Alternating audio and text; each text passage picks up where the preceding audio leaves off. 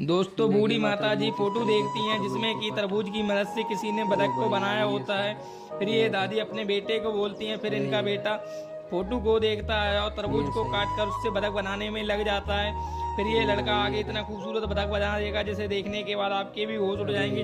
लेकिन उसे देखने से पहले माँ के लिए तो सभी लाइक और सब्सक्राइब करते हैं। आज देखते हैं पापा के लिए कौन कौन लाइक करके चैनल को सब्सक्राइब करेगा और कमेंट में आई लव यू पापा लिखेगा। अब आप लोग देख सकते हो कितना खूबसूरत बतख बना दिया, जैसे देखकर दादी जी भी